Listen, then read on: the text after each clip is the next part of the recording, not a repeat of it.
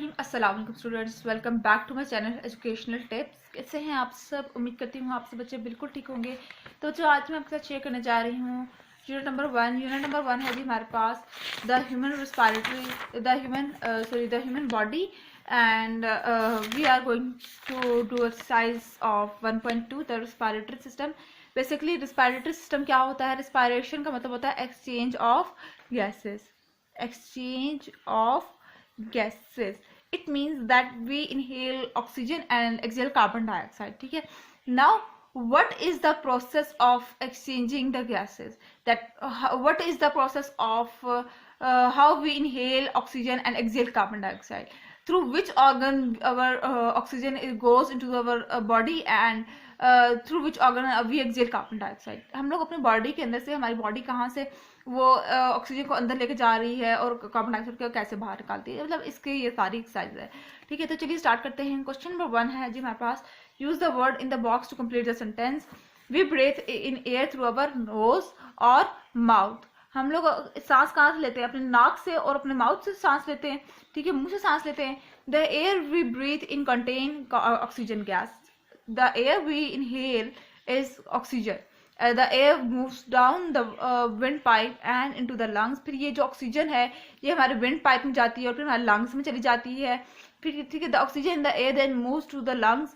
ठीक है, ऑक्सीजन, ये जो ऑक्सीजन है फिर हमारे लंग्स में जाएगी और लंग्स से फिर हमारे कहाँ जाती है? हमारे ब्लड के अंदर मिक्स हो जाती है। We breathe out air that contain carbon dioxide और ब्रीथ आउट यानी एक्सेल। हम लोग कौन सी एयर बाहर निकालते हैं? हम लोग कार्बन डाइऑक्साइड गैस निकालते हैं। The lungs protect our respiratory system. और लंग्स क्या करते हैं? हमारे रेस्पिरेटरी सिस्टम को प्रोटेक्ट कर रहे हैं, महफूज कर रहे हैं। ठीक हो गया जी। उसके बाद फिर वो कह रहे हैं कि ये आप लोगों की ड्राइंग है, आप लोगों ने अच्छा ड्राइंग कम है, I am not good in drawing that much enough. तो आप लोगों ने, इस वजह से मैंने ये वाली ड्राइंग बनाई नहीं। आप लोगों ने क्या करना है, गूगल पे जाए, आप लोग करें कि एक्सेल, ये वाली बात लिखनी है, exhale diagram of human body. ये वाला आप लोगों ने गूगल पे जाके सर्च कर लेना है और आप लोगों को इसकी वाली डायग्राम मिल जाएगी। ठीक है, मैं इतनी अच्छी नहीं हूँ ड्राइंग में, तो इस वजह से मैं नहीं बना सकती। ठीक है जी। उसके बाद फिर आ जाते हैं हम लोग क्वेश्चन नंबर 3 के ऊपर। क्वेश्चन नंबर 3 है जी हमारे पास, complete the flow diagram using this word to show path. अब वो कह रहे हैं कि आप लोगों ने फ्लो डायग्राम बनानी है जिसके थ्रू हम लोग पता चल सके कि हमारा वो जो द एयर वी इनहेल वो कैसे कैसे हमारी बॉडी के अंदर पास आउट होगी। सबसे पहले वो हम लोग ने नोज और माउथ से इनहेल की। ठीक है, उसके बाद फिर then that air goes into the wind pipe, then it comes into lungs and then that air is mixed into the our blood. Okay, उसके बाद फिर हम लोग आ जाते हैं क्वेश्चन नंबर 4 के ऊपर। क्वेश्चन नंबर 4 है जी हमारे पास, class 6 measure the pulse rate and breath rate of 10 people after they had jog on to the spot for 3 minute. अब वो कह रहे हैं कि हमारे पास क्लास 6 के 10 बच्चे हैं। ठीक है, उन्होंने ना जॉगिंग कर रहे थे।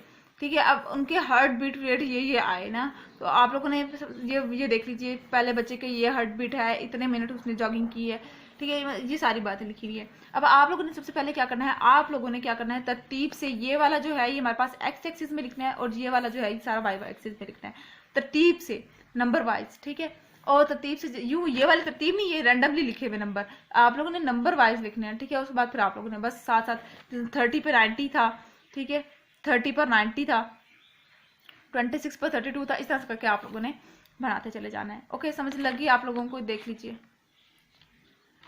उसके बाद फिर हम लोग आ जाते हैं पार्ट नंबर 2 पर। Describe the pattern you observe in the result, breathing rate and pulse rate increasing together. जैसे जैसे हमारे पास ब्रीथिंग रेट इंक्रीज होती चलेगी वैसे वैसे हमारे पास पल्स रेट भी इंक्रीज होती जाएगी। Identify any result that do not fit the pattern. आपने कौन सा वो बताना है कि आप लोगों का कौन सा रिजल्ट आप लोग देख लो कि वो पैटर्न के ऊपर सही नहीं है। तो पर्सन 5 का कि उसकी जब ब्रीथिंग रेट 26 थी तो पल्स रेट 100 हो गई। ठीक है, suggest a reason for this possible measurement error. आप लोगों ने बताना है कि मतलब कि ये रिजल्ट क्यों गलत आया था, क्योंकि शायद इसका कोई मेजरमेंट कोई एरर आ गया हो या इंडिविजुअल में कोई वेरिएशन आ गई हो। ठीक है, कोई चेंजेस आ गई हो। उसके बाद फिर हम लोग आ जाते हैं डी पार्ट पर। Draw a line of best fit into onto the scattergraph, predict the pulse rate of a person whose breathing is 48 heart beat per minute. ठीक है, अब आप लोगों ने बताना है कि अगर एक बच्चा है उसकी हार्ट बीट 48 है तो उसका पल्स रेट क्या हो, हार्ट बीट रेट क्या होगा। ब्रीथिंग रेट उन्होंने 48 बताई है, तो 110 - 115 कर देंगे तो ये हार्ट बीट पर मिनट आ जाएगा। ठीक है जी। यानी कि सॉरी माइनस कर रही हूँ, 110 से 115 तक ही उसका हार्ट बीट रेट होगा, ठीक है, इन दोनों के दरमियान होगा। देखिए 48 है ना, 48 40 से 45 के दरमियान में, इन दोनों के दरमियान ही रखते हुए राउंड अबाउट इसी के इर्द गिर्द आएगा उसका पल्स रेट, ठीक हो गया। अच्छा, उसके बाद फिर आ जाते हैं हम लोग suggest a conclusion for class 6 can make from this result. एक कंक्लूजन भी आप लोगों ने बताना है जो कि क्लास 6 के बच्चे अपनी इस रिजल्ट से ले सकते हैं। After exercising breathing rate and pulse rate increases, ये बात प्रूव हो चुकी है कि जब हम लोग एक्सरसाइज कर रहे होते हैं तो हमारा हार्ट बीट रेट भी इंक्रीज होता है। हम लोग सांस, देखिए आप लोग जब एक्सरसाइज कर रहे होते हैं या भाग रहे होते हैं, ठीक है, तो आप लोगों की सांस तेज हो जाती है ना, यू ब्रीथ फास्टर, ठीक है। सिमिलरली आप अगर उस टाइम अपने दिल पे हाथ रख के देखें ना, तो वो भी बड़ी तेज से धड़क रहा होता है, ठीक है। तो ब्रीथिंग रेट और पल्स रेट दोनों इंक्रीज हो रहे होते हैं।